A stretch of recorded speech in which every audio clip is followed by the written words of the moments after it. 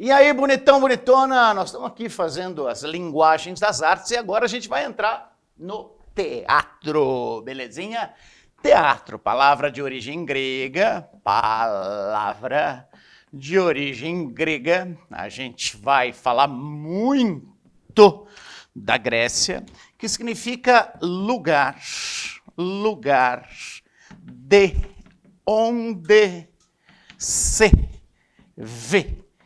Essa é a tradução da palavra teatro. Teatro é o lugar de onde se vê. Então, o teatro, na verdade, seria a parte estrutural da coisa. Legal? Então, a parte de estrutura é o teatro. Depois, por uma relação, né, de metáforas, a gente fala teatro, eu vou assistir uma peça de teatro, eu gosto do teatro. Né? Quando a gente fala em teatro, a gente está falando de um gênero dividido por Aristóteles. O Aristóteles, lá no século IV antes de Cristo, ele escreveu um livro chamado A Poética. A Poética. Nesse livro, A Poética, o Aristóteles vai cutucar a metafísica. Porque o que seria a poética? A poética seria a inspiração, o dom, a graça, a genialidade, que vem da chamada poiesis. Poiesis, normalmente a gente estuda isso ligado à literatura, ligado ao gênero lírico. Então, quando a gente dá aula de literatura, a gente trabalha a poiesis, esse dom. Então, as pessoas elas vivem de uma maneira muito comportada, só que de vez em quando, algumas pessoas têm esse insight de poiesis. Aí o Aristóteles escreveu a Poética e dividiu na Poética os gêneros, que seriam os gêneros poéticos da poiesis. Ele fala que existe um gênero chamado gênero épico. O gênero épico é o gênero das epopeias, aquelas narrativas heróicas, a Ilíada, a Odisseia, Homero contando a história dos heróis, Aquiles, Heitor. Né? Depois a gente teria o gênero chamado gênero lírico. O lírico estaria ligado a sentimento, a emoções, é onde entra a literatura de fato, né? A gente tem a função emotiva. E o gênero chamado de gênero é o nosso dramático. Dramático. Legal? Coloquei ele maior aqui, para a gente falar justamente do gênero dramático, que é o teatro. Então, o teatro, para Aristóteles, é o gênero dramático. Quando a gente fala em drama, a gente fala, ai, drama, estou sofrendo, a minha vida está um drama, para de fazer drama. Cuidado, tá? Drama também é uma palavra de origem grega que vem de dromos. Dromos significa ação. Sabe quando você pega a cinedramaturgia, luzes, câmera, claquete, ação? Dromos é ação. Tanto é que a gente tem cartódromos, dromos, ação, movimento, do kart. Hipódromos, hipos, cavalo, em ação, em movimento, né? A ação, o movimento do cavalo. Velódromo, dromo significa ação. Então é colocar a literatura, ou seja, colocar um texto em ação, ou seja, trazer um texto para o palco. Essa é a ideia do gênero chamado de gênero dramático, que é esse relacionado ao teatro. Então, se aparecer a dramaturgia, a cinedramaturgia, a de televisão, dramaturgia, a gente está falando do teatro, adaptado ou para televisão ou para cinema, enfim, o teatro adaptado para as diversas mídias que a gente tem. Então, o gênero aqui é o gênero conhecido como gênero dramático. Fica atento em relação a isso. Beleza? Agora a gente vai ver alguns aspectos técnicos. Primeiro, onde começou o teatro? onde o teatro começou? Pois é difícil a gente falar disso. Para o vestibular, eles vão colocar que o teatro teve início na Grécia, no século VI a.C., o primeiro ator seria Téspes. Vai estar lá, a gente vai conversar sobre ele mais pausadamente. Agora, é muito difícil a gente saber, porque todos os povos têm. Todos os povos têm teatro, não só os gregos. Então a gente tem teatro, por exemplo, na China, a gente tem teatro no Japão, a gente tem teatro entre os índios brasileiros, a gente tem teatro de tudo quanto é jeito. Trouxe para vocês, por exemplo, cenas do teatro kabuki, que é o teatro japonês.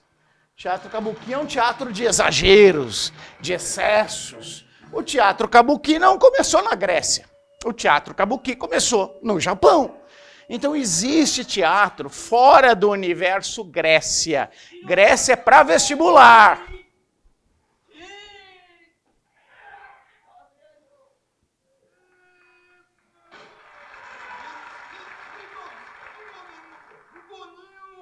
Trouxe para vocês também, além do teatro kabuki, que é esse teatro japonês, deixa eu encontrar aqui, trouxe para vocês o teatro conhecido como teatro No. Cadê o teatro No? Também de origem japonesa, que também não começou na Grécia. A arte clássica japonesa No, com sua forma aperfeiçoada no século XIV, No lida com temas universais de vida e morte.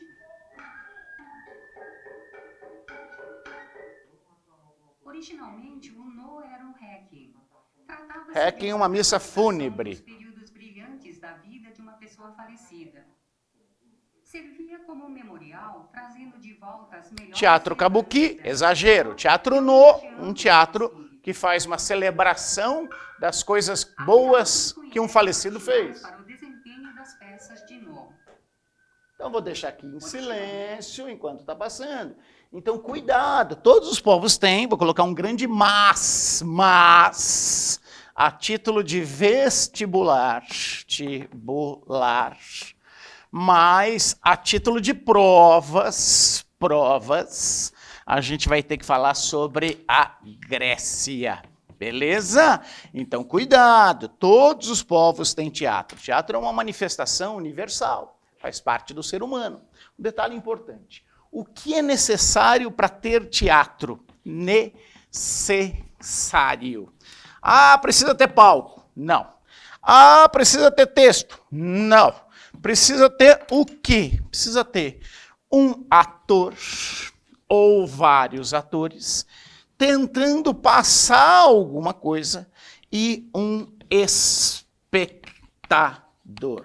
É só isso que é necessário para que a gente tenha teatro.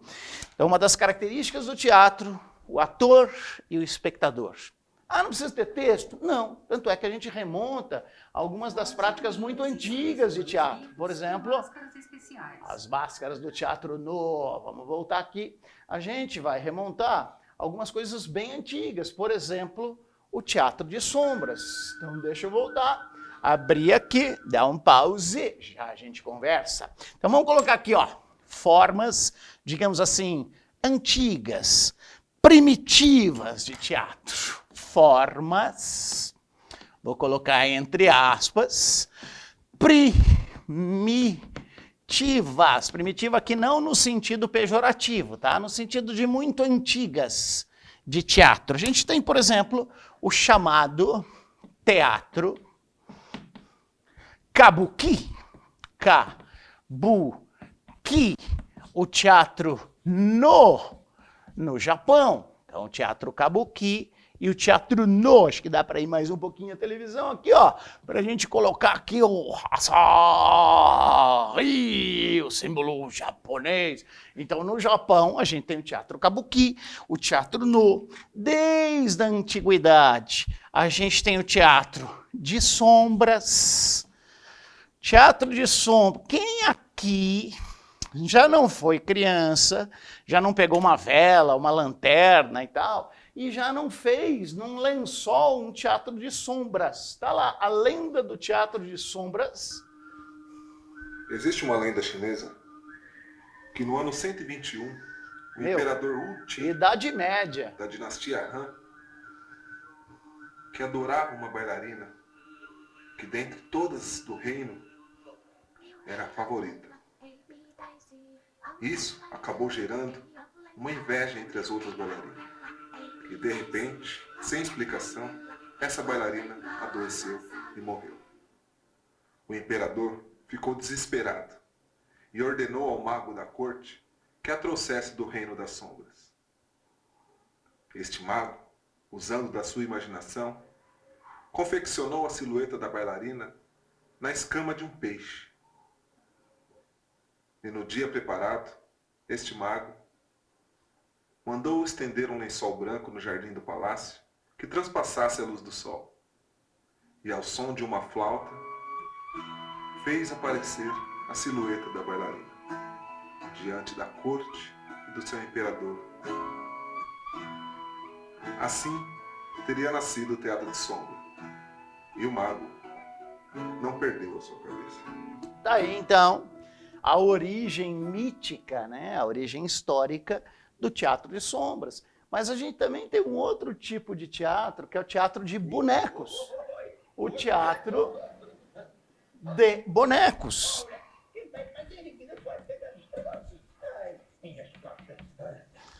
Aqui, uma adaptação da peça de teatro do Gil Vicente. Vou puxar para cá, Felipe.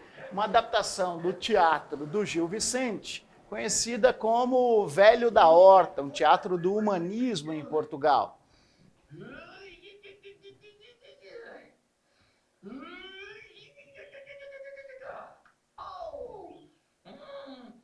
O Velho da Horta é uma farsa. O velho, ele se engraça por uma moça, uma menina, e aí aparece uma alcoviteira dizendo que vai conseguir fazer o velho ficar com a menina.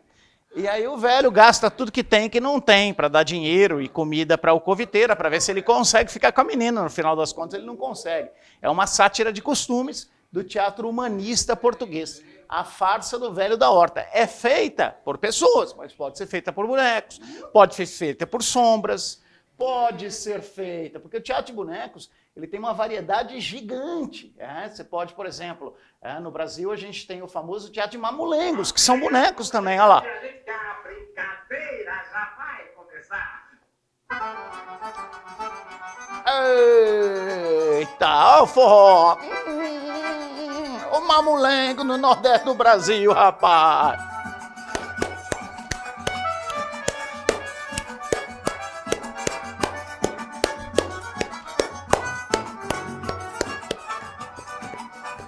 É um tipo de manifestação de teatro de boneco. Aqui no caso, os bonecos são manuseados como uma luva. Dado ao teatro de bonecos, também conhecido como marionete, fantoches ou títeres. Títere, fantoche, marionete, mesmo significado. É um dos mais... A gente tem um outro tipo muito legal também, que é a chamada pantomima. Deixa eu achar vocês aqui. A pantomima aqui, ó, mais mamulengo aqui. A exposição está resgatando a história de um personagem típico da cultura popular, o mamulengo ou João Redondo. O trabalho de Raul do Mamulengo está exposto no Centro de Cultura Popular de Jalma Maranhão, lá em Natal. Vamos ver. E é claro que o artista não poderia vir sozinho. Um dos personagens históricos do Mamulengo, Baltazar, também faz parte da exposição. Esse cara aqui é o Baltazar, ele é vaqueiro do capitão. Ele é um vaqueirinho do interior, hoje ele é da paz, mas antigamente era valentão, briguento, e como a gente chama no interior, era safado. Vamos colocar aqui entre os bonecos o mamulengo. A rica obra de Raul do Mamulengo conta um pouco da cultura do Rio Grande do Norte. Cada peça e presente tem uma história para contar. Quando está muito bonito, feijão colorando, o milho, bonecando. Os mamulengos, ou marionetes. As pessoas botam o chifre na entrada do roçado, que é para olho mau não ver. E tem também a história das crianças quando nascem, faz uma figa de chifre e bota no braço, para que as pessoas não botem olhada. E na época do inverno... E aí eu vou colocar uma coisa para vocês que é muito legal para a gente conversar, chamada de teatro de boneco Mas as marionetes são controladas por cordéis, olha lá.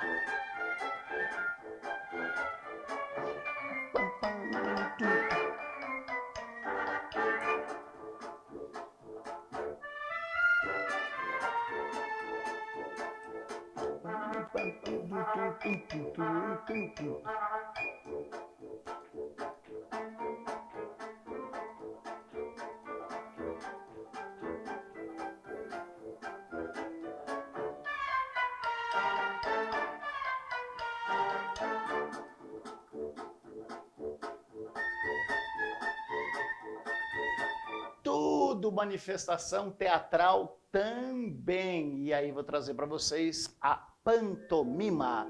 O que seria pantomima? Pantomima vem de pan, que significa tudo, mimos, de mimeses, imitação. Aquele que imita tudo.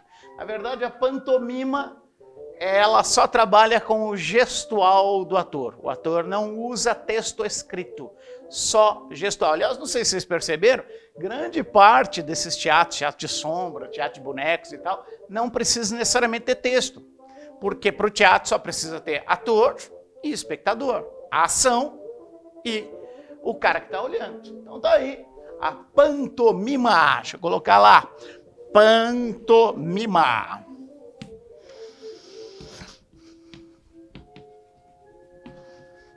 Pantomima, de pantomos e mimos, gestos e imitação. Eu não sei se você já andou aí em alguma cidade do Brasil que você viu o sombra. O sombra é aquele cara que fica na rua imitando as pessoas. Tá lá, ó.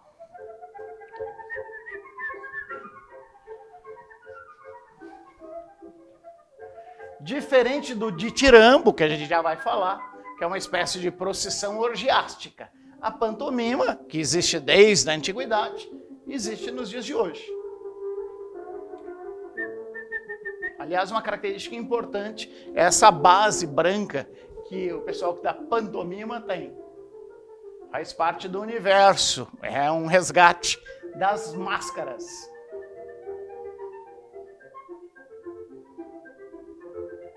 Marcel Marceau, francês, né? Tá lá, um dos caras importantes. E aí, a gente vai aproveitar esse espacinho para a gente conversar mais sobre aspectos técnicos, onde ele se apresenta. Então, vamos colocar aqui, ó, os tipos de palco. Tipos de palco. O palco, hoje em dia, não é mais necessário, né? Então, a gente, por exemplo, tem teatro de rua, a gente tem teatro feito nas mais diversas localidades. Mas, com o passar do tempo, os palcos, eles foram sofrendo transformações. Eles foram se adaptando à geografia, se adaptando aos impérios e foram se transformando.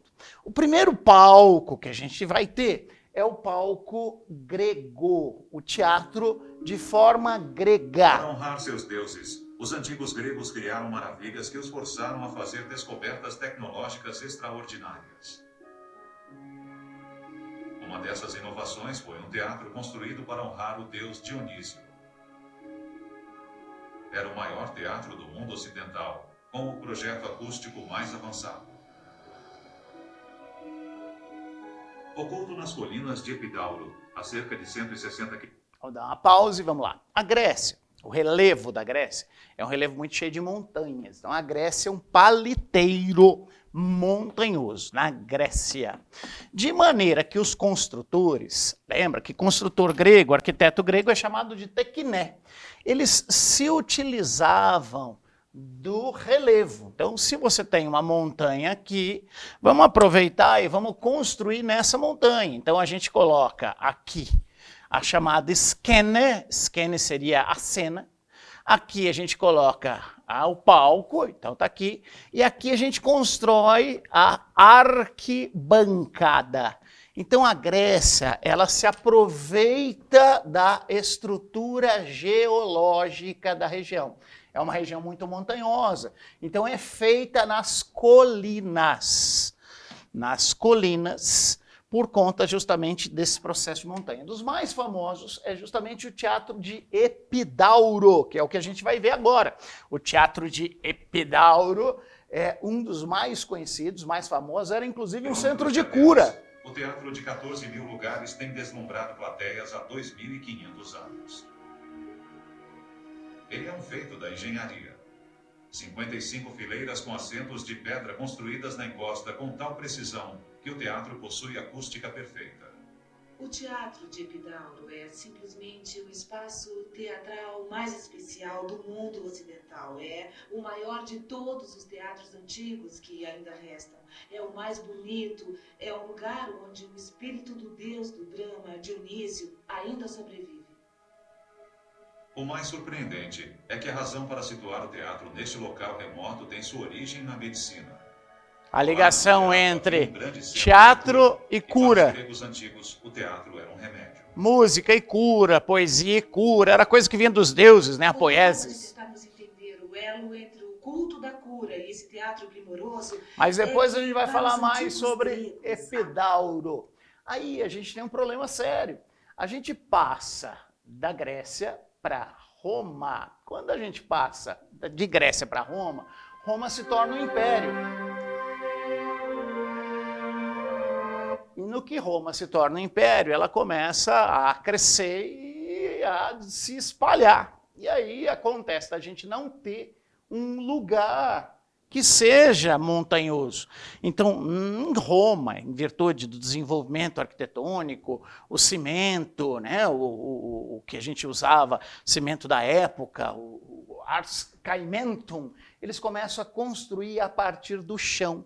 Então, em Roma, a gente já tem um teatro que vai se utilizar de uma estrutura embaixo, galerias, lugar para ficar animal, lugar para ficar gladiador, lugar para ficar ator, e a partir daqui sim, a gente faz a esquene, aí faz o palco, aí faz as arquibancadas. Então Roma teve que passar por um processo de adaptação. Roma adaptou, porque ela não tinha aquela estrutura geográfica que tinha na época. Então eu trouxe para vocês um teatro romano. Olha lá, você começa a construir do chão, sem se utilizar da colina. O que seria o palco, as arquibancadas.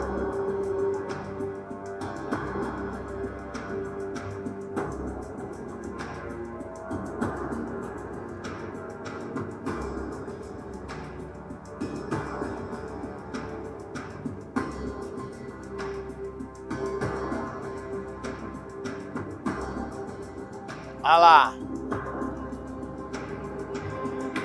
Então você tem uma arena. Teatro de arena, você fica no alto, olhando para baixo. Teatro de arena, tá lá a boca de cena. E aí a gente vai para a Idade Média. Deixa eu encontrar a Idade Média aqui para nós, tá aqui. Na Idade Média, os atores se apresentavam em pequenas carroças.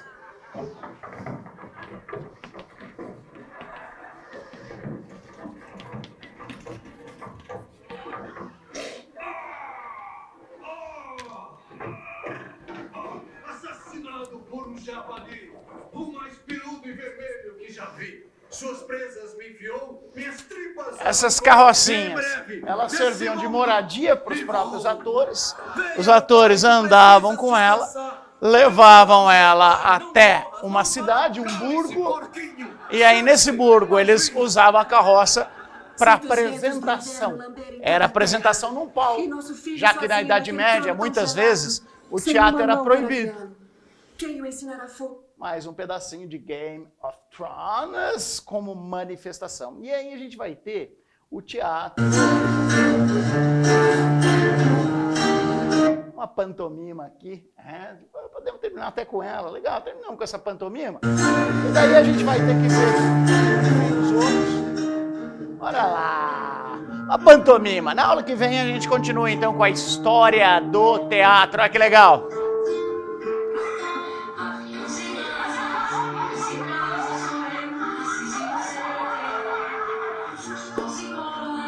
Frajola sou eu, assim sem você.